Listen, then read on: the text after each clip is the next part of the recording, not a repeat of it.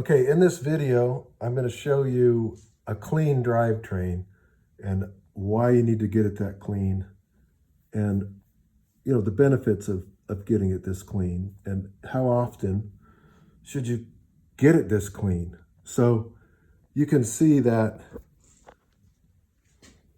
there is, if I take a clean Q-tip and look at it, there's no dirt. So this is after cleaning it and after putting on a lube and then running it through the gears. It's spotless. So in order to get this drivetrain that clean, and I mean down to the metal clean, so there's no dirt on this drivetrain, so it's going to shift like a brand new bike, and it's going to increase the life of this drivetrain. So basically I have close to 3,000 miles on this drivetrain, and it's absolutely other than you can see a little wear on the gold plating, there's no wear in the chain. In fact, it's the Pedro's chain checker shows no wear, so less than 5%, and a high quality digital caliper shows absolutely no wear between the rollers. And so that's where the dirt is. It's inside the rollers. So when you use a chain cleaner that just brushes the outside of the chain, it doesn't get the components clean enough.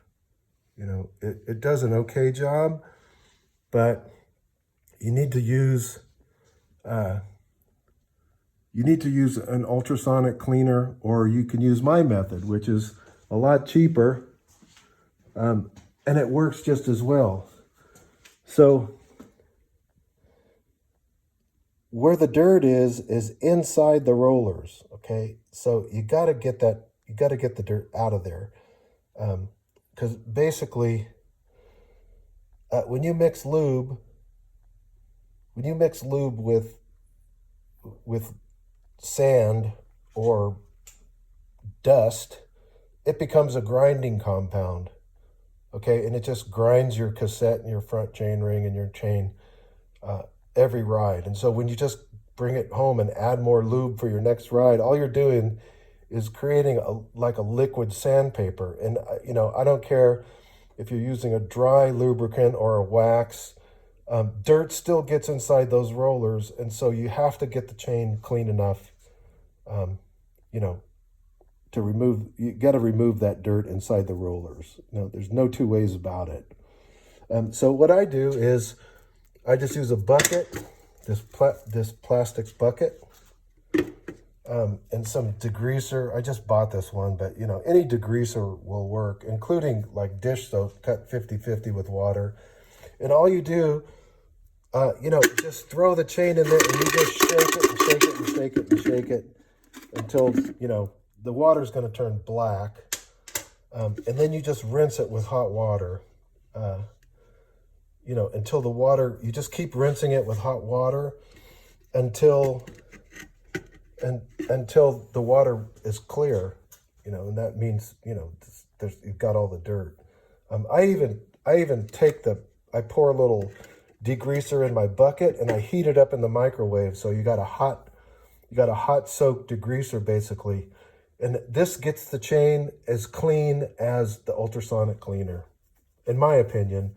And then you don't have to deal with, the ultrasonic cleaner comes with its own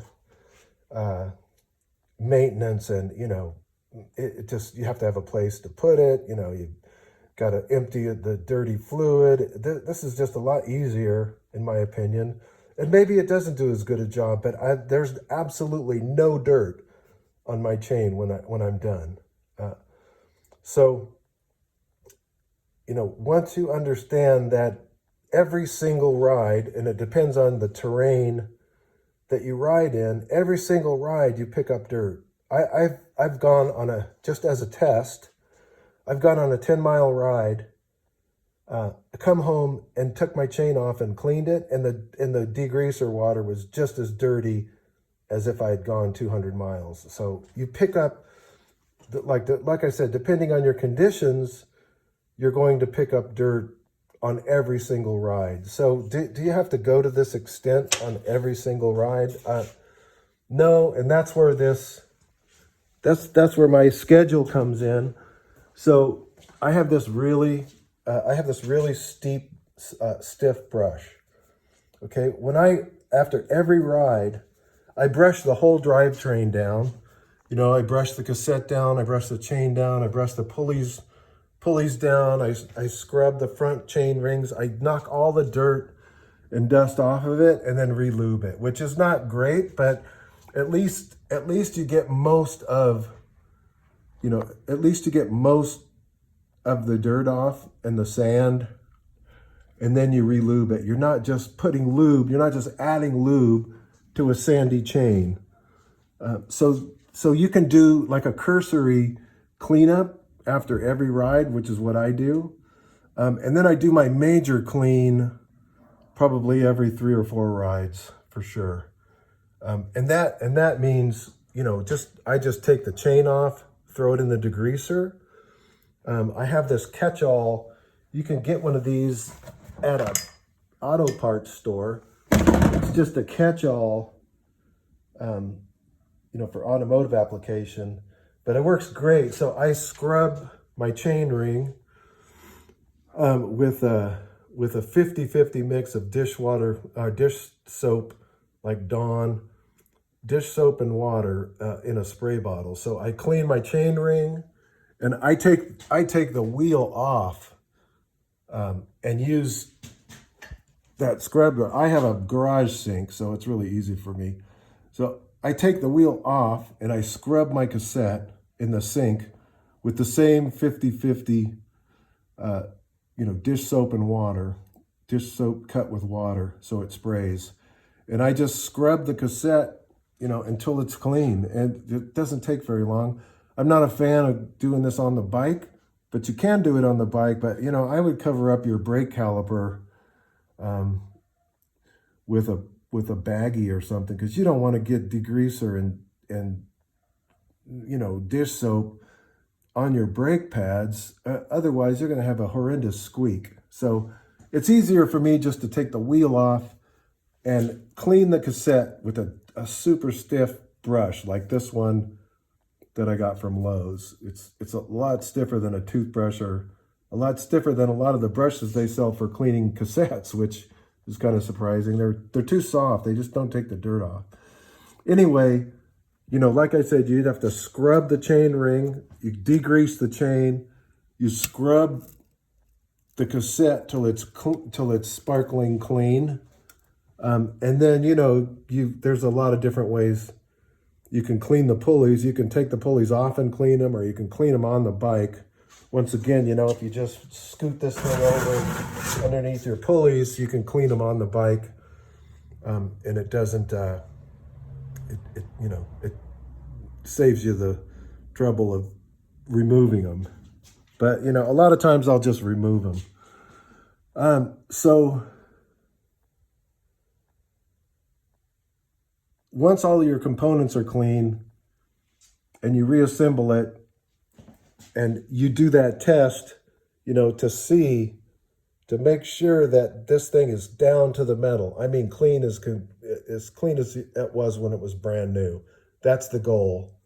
And then you re-lube it, of course, and then, depending on what kind of lubricant you use, I use Extreme Purple, which, if you read all the claims that they make, it's supposed to be in pretty incredible stuff. And like I said, I've got 3,000 miles on this drivetrain, and it's showing absolutely no wear. And it's as quiet as the day that I bought it. And the same, with my road bikes. I have a SRAM Red 2x12 with 8,800 miles on it, and it's absolutely shows zero wear on the chain using a chain checker or a digital caliper. There's not even 1,000th of an inch wear. So, this method, however you get your drivetrain clean, it has to be just as clean as when you bought the bike, right? It can't, if you leave any dirt in there, in the chain rollers, you might as well, not do it at all, because, well, that's not true, but you know what I mean. You either go completely all out like I do, or, you know, or not. I mean, there's only one way to get it completely clean, and that's to degrease and clean everything down in the valleys, down in the tooth valleys. You know, the chain has to be clean. And so there's a couple, you know, you can get crazy. I bought these industrial swabs, you know, and you can actually give you a picture of those. They're for detailing cars, but they work great on bikes. And actually you can see, like, one of the methods for cleaning my derailleur pulleys, you can actually cut the stem on one of these and chuck it up in a cordless drill and use it to clean, get all the dirt out of the pulley teeth and the front chainring teeth. And, you know, even after scrubbing it in the sink with degreaser, I still get dirt, you know, on the Q-tip. So, you know, this is kind of over the top. I mean, you can use a rag or whatever to wipe each valley out, but you have to get, like I said, the goal is to clean it down to the metal. So once you've done that, I mean, you go out and it not only feels like your brand new bike again, which is my favorite feel, you know, to go out on a ride and have the thing super quiet and shift beautifully. Not only does it perform well, you know, you're adding life. Who knows how many miles you can get. I mean, if you clean your bike after every ride, which is kind of crazy, but I know some guys do it.